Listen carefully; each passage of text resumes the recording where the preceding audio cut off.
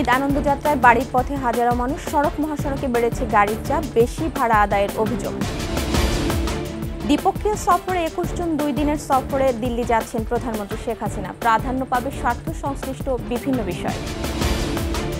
বিশ্বকাপের super ৮-এ Afghanistan Papua নিউগিনির বিপক্ষে ৭ উইকেটের জয়ে কপাল পুড়ল নিউজিল্যান্ডের।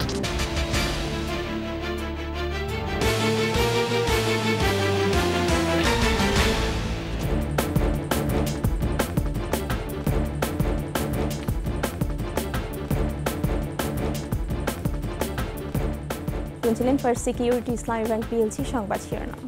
আমন্ত্রণ দুপুর ১২টা ২১-এর সংবাদে আপনাদের সাথে আছি মহিমা পলি। দর্শক, ২১-এ টেলিভিশনের সংবাদ একই সাথে সরাসরি দেখতে পাবেন আমাদের ফেসবুক পেজ www.facebook.com/21e24online। ঈদযাত্রায় আজও নির্বিঘ্নে বাড়ি ফিরছেন মানুষ, সড়ক মহাসড়কে নেই যানজট। সকাল থেকেই গাজীপুরে ঢাকা টাঙ্গাইল ও ঢাকা ময়মনসিংহ মহাসড়কে ঈদে ঘরমুখ মানুষের ভিড় বেড়েছে। যানজট না থাকলেও রয়েছে গণপরিবহনের সংকট। গাড়ি না পেয়ে অনেকে ঝুঁকি নিয়ে ট্রাক ও পিকআপ ভ্যানে চড়ে বাড়ি ফিরছেন। অতিরিক্ত ভাড়া আদায়ের অভিযোগও রয়েছে।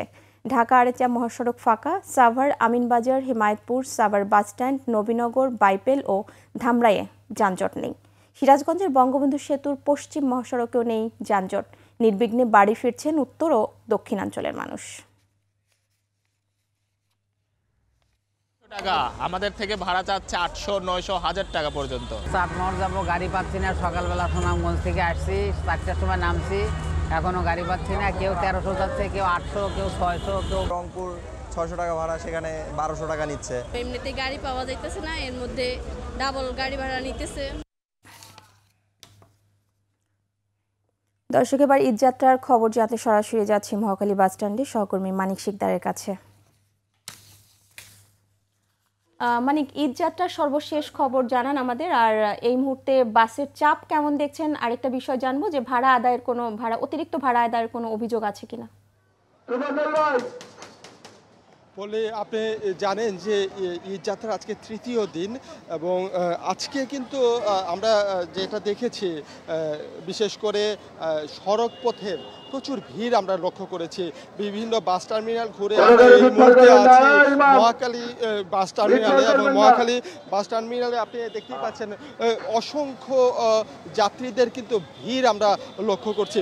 এখানে কয়েকটি তথ্য আপনাকে জানিয়ে রাখতে চাই যে যাত্রীরা ইতিমধ্যেই অভিযোগ করছেন যে কিছু কিছু জায়গায় দ্বিগুণেরও বেশি ভাড়া চাচ্ছে বাসের কর্তৃপক্ষ, পরিবহন যারা চালাচ্ছেন তারা, বিশেষ করে হেল্পার এবং চালকরা, তারা বাসে এই চালাতে গিয়ে দ্বিগুণ ভাড়া, অর্থাৎ যেখানে ২৫০ টাকা ভাড়া সেখানে বলা হচ্ছে যে ৫০০ টাকা ভাড়া চাওয়া হচ্ছে। এটা হলো যাত্রীদের অভিযোগ।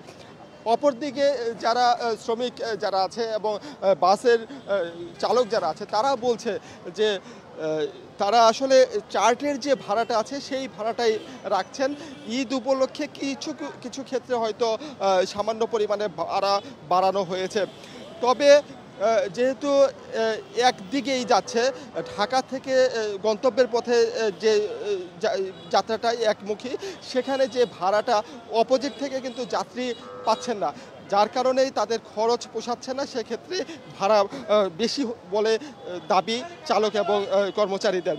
এছাড়া আমরা দেখতে পেয়েছি বিভিন্ন জায়গায়, অর্থাৎ টাঙ্গাইল, উত্তরাঞ্চল এবং সিলেটের বেশ কিছু রুটে আমরা দেখতে পেয়েছি যে রাস্তায় যানজটের কারণে কিছুটা বিলম্ব হচ্ছে এবং নির্ধারিত সময়ে বাস পাচ্ছেন না যাত্রীরা।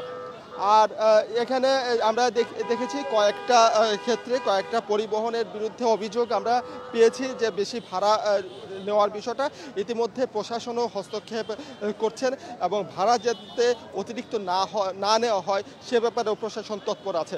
তো মহিমা, এই ছিল আমার কাছে এখানে থাকা সর্বশেষ তথ্য। মানিক, আপনাকে অনেক ধন্যবাদ। দর্শক, মহাখালী বাসস্ট্যান্ড থেকে সহকর্মী মানিক শিকদার জানাচ্ছিলেন ঈদযাত্রার খবরাখবর। চলে যাচ্ছি অন্যান্য সংবাদে। দ্বিপক্ষীয় সফরে আগামী ২১ জুন ২ দিনের সফরে দিল্লি যাচ্ছেন প্রধানমন্ত্রী শেখ হাসিনা। ভারতের প্রধানমন্ত্রী নরেন্দ্র মোদীর শপথ অনুষ্ঠানে যোগদানের পর ফের দেশটিতে যাচ্ছেন সরকার প্রধান। দিল্লি সফরের সময় প্রধানমন্ত্রী শেখ হাসিনা ভারতের প্রধানমন্ত্রী নরেন্দ্র মোদীর সঙ্গে দ্বিপক্ষীয় বৈঠক করবেন। বৈঠকে দুই শীর্ষ নেতা দুই দেশের স্বার্থ সংশ্লিষ্ট বিভিন্ন বিষয়ে আলোচনা করবেন। বিশেষ করে তিস্তা সহ ভারতের সঙ্গে ঝুলে থাকা বিভিন্ন ইস্যু তুলে ধরার সম্ভাবনা রয়েছে। টানা চতুর্থ দফায় প্রধানমন্ত্রী হিসেবে দায়িত্ব নেওয়ার পর শেখ হাসিনার প্রথম দ্বিপক্ষীয় সফরে দিল্লি যাওয়ার বিষয়টি দুদেশের রাজনৈতিক পরিমণ্ডলে চূড়ান্ত হয়েছিল। এর আগে গত ৮ জুন নরেন্দ্র মোদীর শপথ অনুষ্ঠানে যোগ দিতে দিল্লি যান শেখ হাসিনা। মোদীর শপথ গ্রহণের পর দুই নেতার মধ্যে সংক্ষিপ্ত বৈঠক হয় এবং উভয় নেতাই পরস্পরকে নিজের দেশে সফরের আমন্ত্রণ জানান।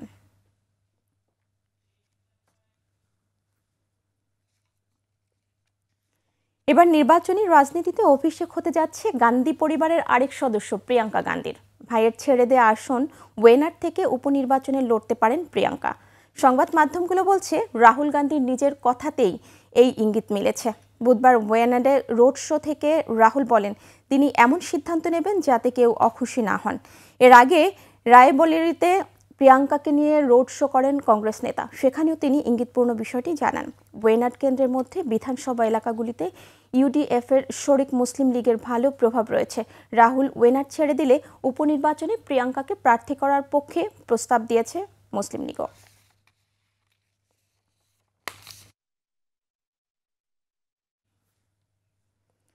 2021 সালের 6 জানুয়ারি দাঙ্গার পর প্রথমবারের মতো ক্যাপিটল হিল সফর করেছেন সাবেক মার্কিন প্রেসিডেন্ট ডোনাল্ড ট্রাম্প। সংবাদ মাধ্যমগুলো বলছে ক্যাপিটল হিলে এসে রিপাবলিকানদের সঙ্গে দেখা করেন ট্রাম্প। সবাইকে দেন ঐক্যের বার্তা।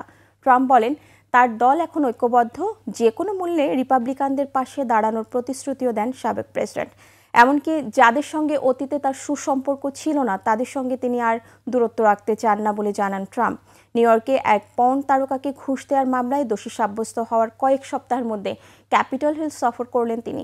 এদিকে ট্রাম্পের ক্যাপিটল হিল সফর নিয়ে ডেমোক্রেটিক হাউসের সাবেক স্পিকার ন্যান্সি পেলোসি বিবৃতিতে বলেছেন ট্রাম্প ছিলেন 6 জানুয়ারি বিদ্রোহের উস্কানিদাতা। শেষ করছি দুপুর 12টার 21 সংবাদ। যাবার আগে ফার্স্ট সিকিউরিটি, ইসলামী ব্যাংক পিএলসি সংবাদ শিরোনামগুলো জানাবো আরও একবার। ঈদযাত্রায় বাড়ির পথে হাজারো মানুষ, সড়ক মহাসড়কে বেড়েছে গাড়ির চাপ, বেশি ভাড়া আদায়ের অভিযোগ। দ্বিপক্ষীয় সফরে 21 জুন 2 দিনের সফরে দিল্লি যাচ্ছেন প্রধানমন্ত্রী শেখ হাসিনা। প্রাধান্য পাবে স্বার্থ সংশ্লিষ্ট বিভিন্ন বিষয়। বিশ্বকাপের সুপার 8-এ আফগানিস্তান পাপুয়া নিউগিনির বিপক্ষে 7 উইকেটের জয়ে কপাল পুড়ল নিউজিল্যান্ডের।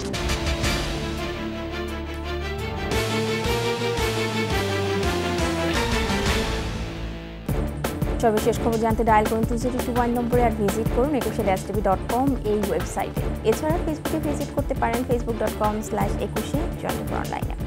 এতক্ষণ সাথে থাকার জন্য ধন্যবাদ। আমাদের পরের সংবাদ দুপুর 2টায় দেখার আমন্ত্রণ রইল। 21 সাথেই থাকুন।